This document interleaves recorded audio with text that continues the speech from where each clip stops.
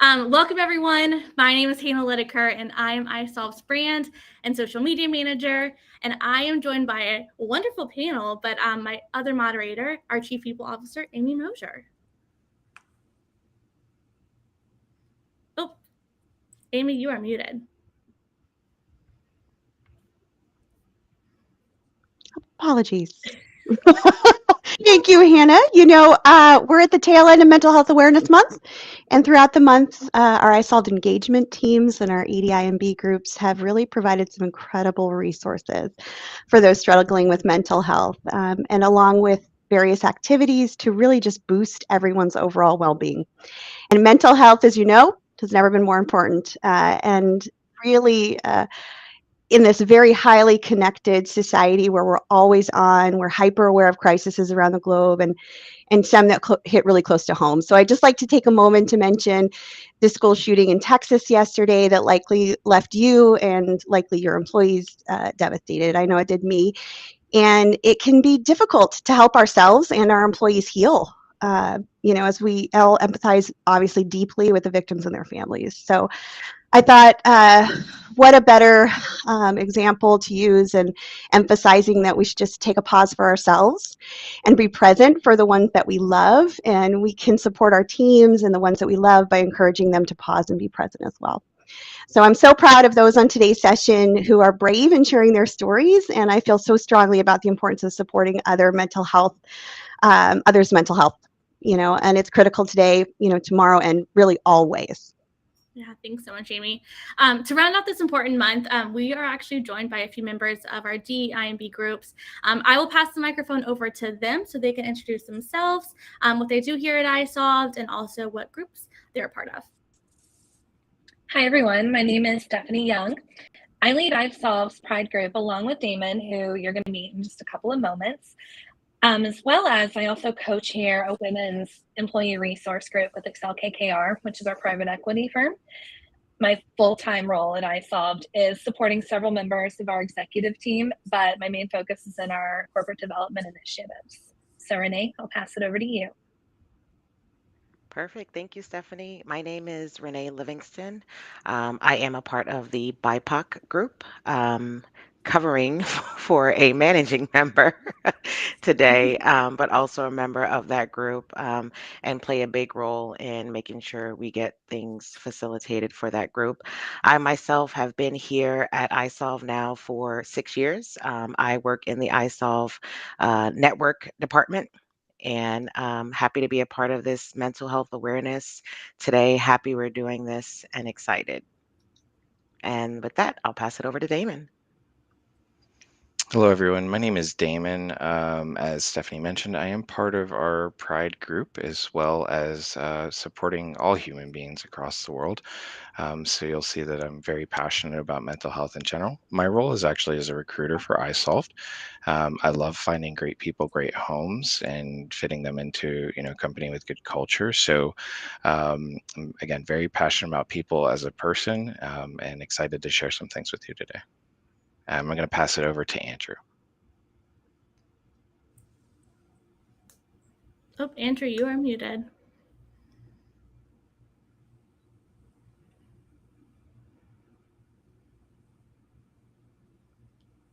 Still muted.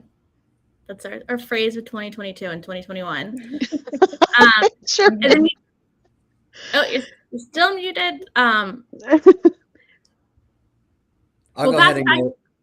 So pass it to Dustin real quick.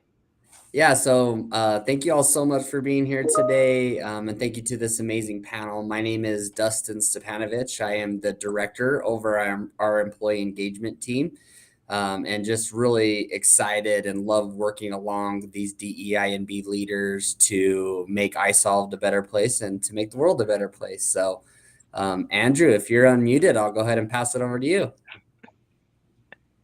Oh! Microphone issue.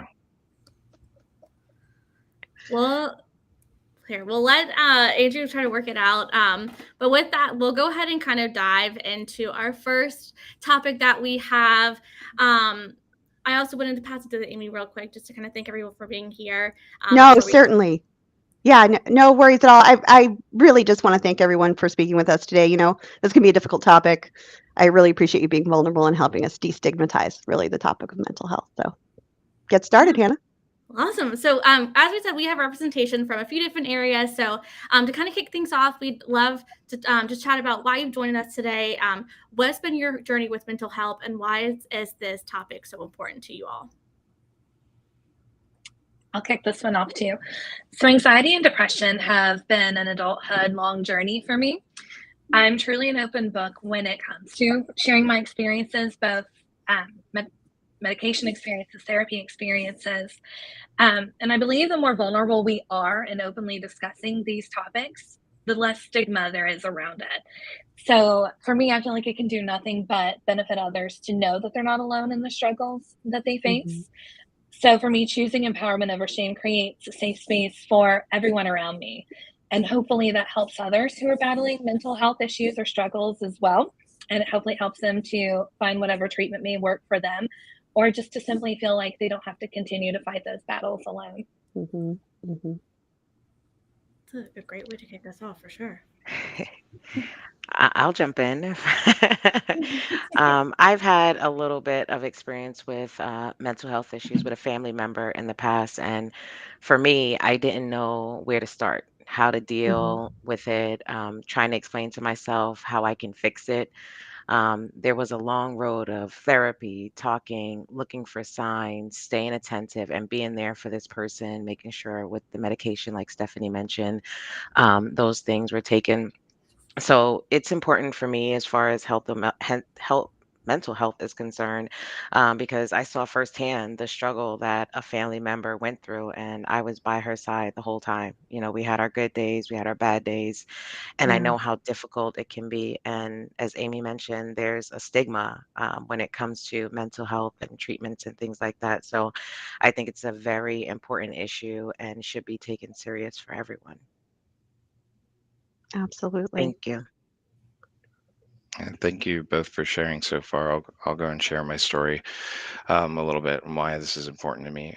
First, it's twofold, honestly. First, I've watched or even sometimes found out a little bit too late that a friend or family member has struggled through the years. And I've personally lost, at this point in my life, one brother and two sisters to mental health related issues. Second, I also, have had a very challenging personal and professional life, struggling with undiagnosed ADHD and imposter syndrome until last year. At my core, it always felt like, even just like in my mind, I would say, I feel like I literally think differently than other people. And I remember how frustrating that was, that I couldn't always communicate the way that I wanted to, or potentially the way that other people would receive it the right way. And that my behaviors weren't quote unquote normal, right?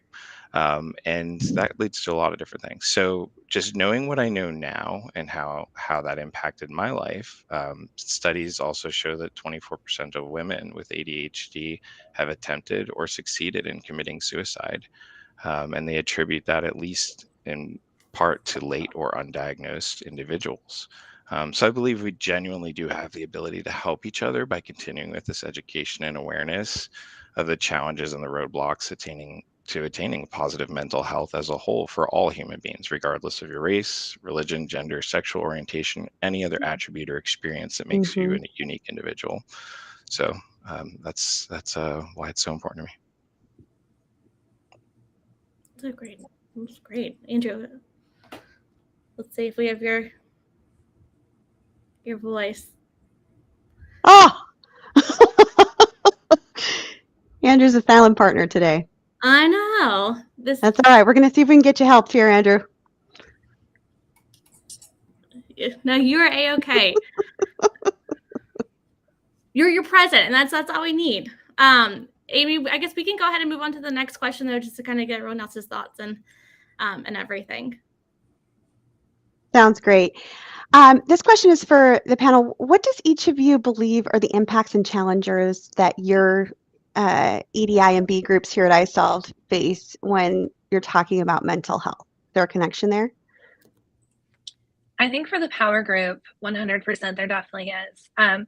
According to the Mayo Clinic, women are nearly twice as likely as men to be diagnosed with depression. So obviously hormonal changes, pregnancy, postpartum, menopause, all those wonderful things that are a part of identifying as female can affect your moods and your depressed feelings. Mm-hmm. But those hormonal changes alone, I don't feel like cause depression. There's so many other factors, inherited traits, your personal life circumstances and experiences, I feel like can also increase a woman's risk of depression.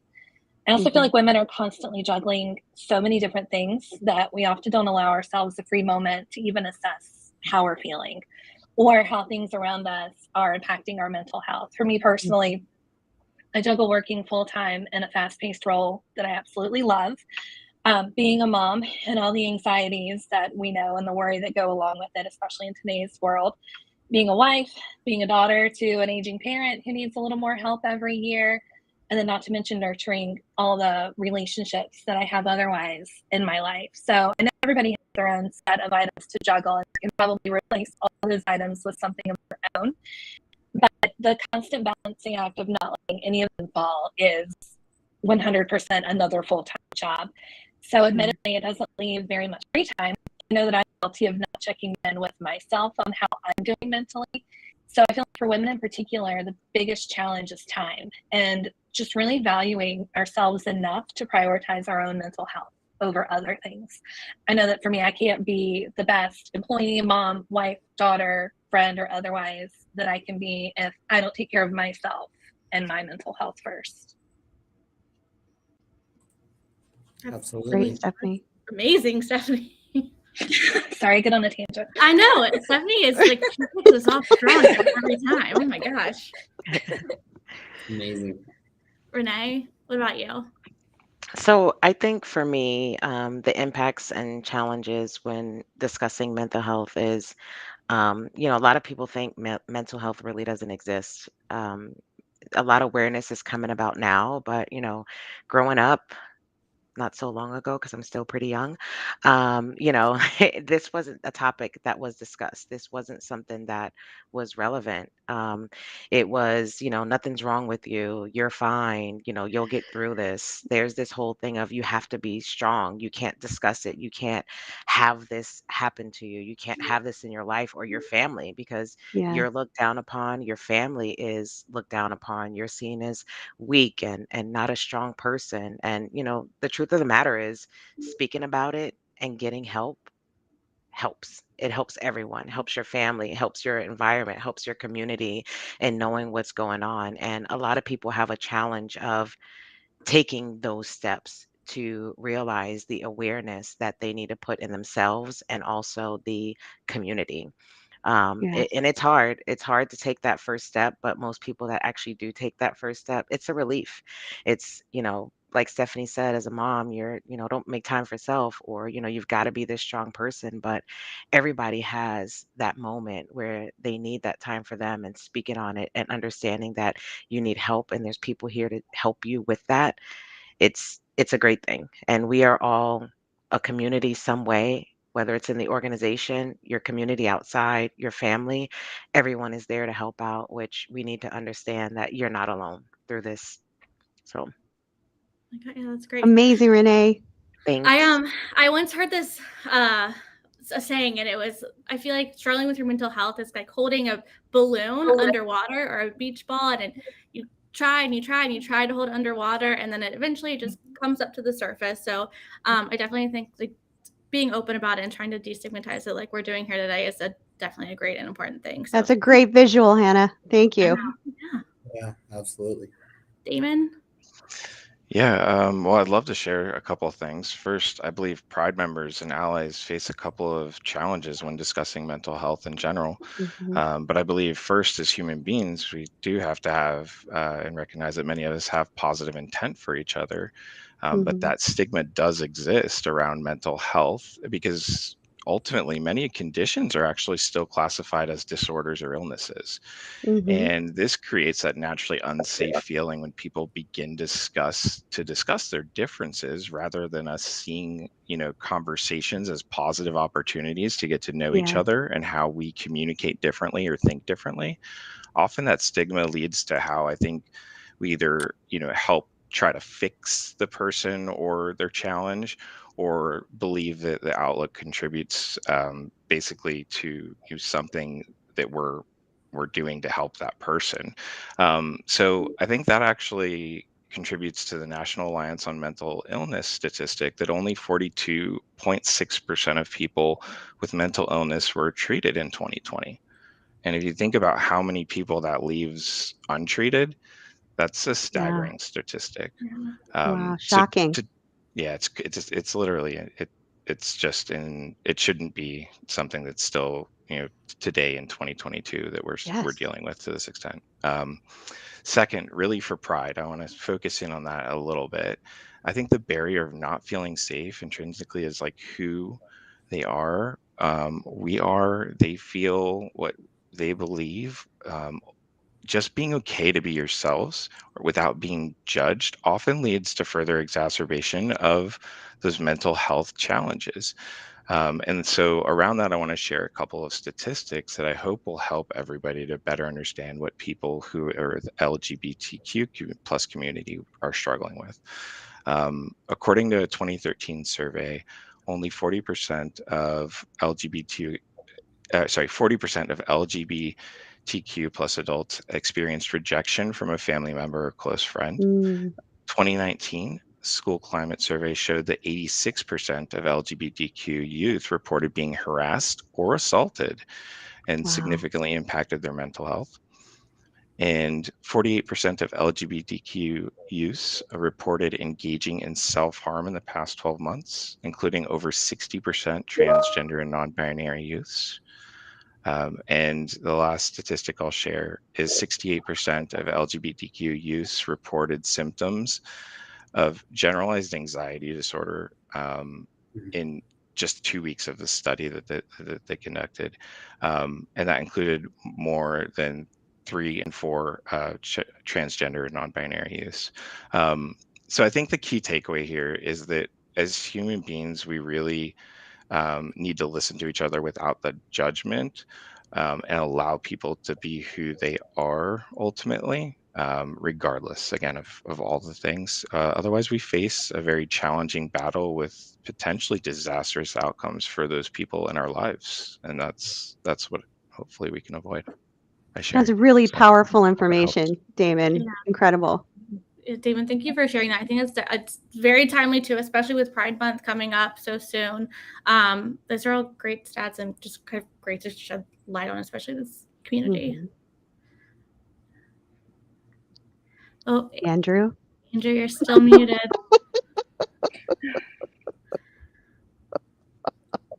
It's. I mean, is it really like a webinar or anything without a couple technical difficulties? I mean, it's the normal at this point, so it's okay. It's true. It's true. I can step in here for Andrew and just talk a little bit about from our honor and service group and a veterans group. We, over the last year have really focused on allowing and helping people understand what it may feel like and be like to come into iSolved or any employer group as a veteran and somebody that may be trying to get into these real world experiences and coming to an organization. And so I think for the veterans group, it really is just allowing our employees to understand what that may be like to be coming back from, war or from, overseas, and allowing for us to have a group of allies that really, really support our veterans as they come back. And so that's extremely important to us. And I'll touch a little bit more about that at the end of our session here. But from a veterans group, we're really focusing on that and trying to help our spouses of veterans and veterans come back into this workplace. Yeah, I think that's a great point, Dustin, too, is that the category is so broad and it affects just not only just those in service, but also just their family members, their spouses, their children, everyone. So that's great. Absolutely. Awesome. Oh my gosh. Well, I know we've covered a lot of ground today, and I want to thank everyone for just opening up, for being vulnerable, sharing your stories. I mean, the comments that are pouring in right now, it's definitely showing that this is a common thread that kind of connects all of us, and it's something that we all struggle with. But before we actually wrap up, I have one last question, actually, just for Amy and Dustin. Amy, how can organizations prioritize and support their employees' overall mental health and well-being? And then Dustin, if you don't mind just kind of sharing what we are doing here at iSolve to kind of promote that overall promotion of well-being. Yeah, tough question because it's not a one-size-fits-all approach, right? Mm-hmm. There's one statistic that I wanted to leave you with, and it's that we recently did a survey of about 1,000 full-time workers, and it showed us that 45% of employees don't believe that their management teams are advocates for their mental health. Those aren't iSolved employees, but just employees kind of across industries. And, what it says to me really is that there isn't one solution for addressing mental health or providing well-being offerings to your employees. I think, it could look like paid mental health days or additional floating holidays that one can use for their own mental health, or partnering with benefits marketplaces. It can be just a conversation that you have with your employees about mental health and the importance of mental health, and it can really start there. So it can look different for everyone. Dustin, what do you think? Yeah, I'll thank you, Amy, and I'll touch a little bit about what we're doing here at iSolve to really help with overall mental health and wellness and overall well-being. So a big thing for right now, us, is in the training space and really diving in to what types of relationships are our leaders having with our employees. And as a big sign of that is, how do we get a better understanding of what a disengaged employee looks like and what does that feel like? And so right now we're going through leadership training and development and really trying to help our leaders understand what that looks like. And we feel like at iSolve that it comes from the top down. And if our leaders have a better understanding, then our employees will be willing to have that connection with them and tell them when they're struggling. And especially being in this remote, environment and this hybrid world, so extremely important. And at iSolved, we also dive into meditation classes. We think that that's been a really big impact and had a lot of impact on all of our employees across the organization. We're getting hundreds of employees that are attending these meditation courses that we feel just takes it to that next level and really builds that connection. And then from a DEI&B perspective, one of the things that's so near and dear to my heart is that we allow all of our employees to bring their true authentic self to work every single day. And by allowing our employees to bring their true authentic self to work every day, people can feel comfortable in their own skin and talk about things that are near and dear to their hearts. And I had touched a little bit about this when I was getting into the veterans, but we have conversations on what does it mean to be a member of these groups and how to identify in these groups in the workplace, but also what does it mean to be an ally and how can I support somebody in our LGBT group or in our veterans group. And so the conversations are continuously happening. We feel that it just drives that culture and overall employee experience. And then I'll kind of touch just a little bit on our programs that we have installed from a benefits perspective. We partner with Virgin Pulse, and they do coaching sessions for our employees around just stress management, healthy eating, lifestyle coaching. We also give our employees who work with Virgin Pulse $25 per quarter to maybe get the Calm app. I know that I use the Calm app on a regular basis and fall asleep to it on a regular basis and meditate. So we're giving $25 back per quarter. We also have an employee assistance program that provides counseling and for people that have really gone through difficult life experiences and situations. And so we at iSolve are going to continue to educate around employee wellness and overall mental health. We're going to continue to help and reach out to our employees. We think it's so near and dear to our hearts. And I just can't thank the great people on this call that we get to work with on a daily basis that just make it a great place to work here at iSolved. Agreed. Yeah, I know. It's a very, very well said, Dustin. we are doing so many good things. I feel like just to promote that overall well-being. We talk about a good employee experience all the time, so it's nice that we're doing that here with what we're doing on an employee engagement standpoint. I'm going to bring Andrew back up. Let's see if his microphone's working. Can you hear me? Woo! Awesome. So I had to restart my computer, and I apologize. But just to come back, my name is Andrew Aguirre. I am one of the leaders for Honor and Service. I'm a veteran myself, so when I initially came on board to ISOLV, I heard about this committee, and it's a dear place in my heart because, as a logistics specialist for the military, my job was to, reintegrate everyone and send them back home, right? That was part of my day-to-day operations. And I saw a lot of disgruntled veterans, as I was a reservist for 8 years, by the way, guys, just throwing that out there. And, I oversaw every deployment through every situation that I was involved with the Army or even with the Marine Corps, because we did support them as well. But long story short, here at Honor and Service, our DE&I initiative is to really hone in on what veterans do, how can veterans come in and make disabilities capabilities for ISOLVed, right?